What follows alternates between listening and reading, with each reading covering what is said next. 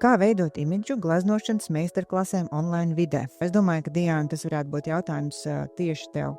Kā ķerties pie imidža? Kas ir tas, ar ko tu sāktu? Tad pirmais ir manas vērtības, mans unikālais piedāvājums. Un arī mēs atceramies, ka mums nav svarīgi, ar ko mēs esam labāki par citiem. Jo tas nevienmēr būs tas noteicošais. Nevis ar ko mēs esam labāki, bet ko mēs darām savā īpašajā veidā. Tas ir svarīgākais. Tad mēs zinām, ja tā ir tā, meistarklase, tad kas tur tāds, vai kā es kā cilvēks, kas manī ir tāds, kāpēc tieši pie manis nāktu. Tad pazīstam sevi, pazīstam savu ideālo mērķautoju, pat nepazīstam, pat vienkārši iztēlamies, ar ko mēs ideālā gadījumā gribam darboties. Un saprotam, kas ir mūsu vērtības. Tad mūsu piedāvājums, mērķautorija, vērtības.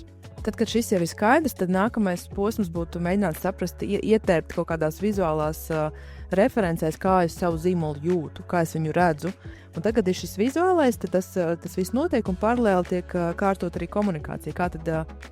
Kā šis zīmols par sevi stāstīt, kādā balss tonī, ar kādiem tekstiem, kurā vietā, kādās platformās, vai tie ir video, vai tas ir foto, tas ir rakstiski, kas tas ir podkāsti vai vēl kaut kas.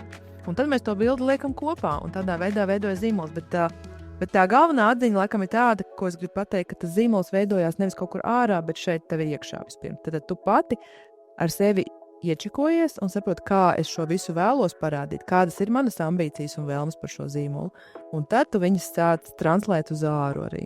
Kā tas iztīsies vizuāli un komunikācijas ziņā.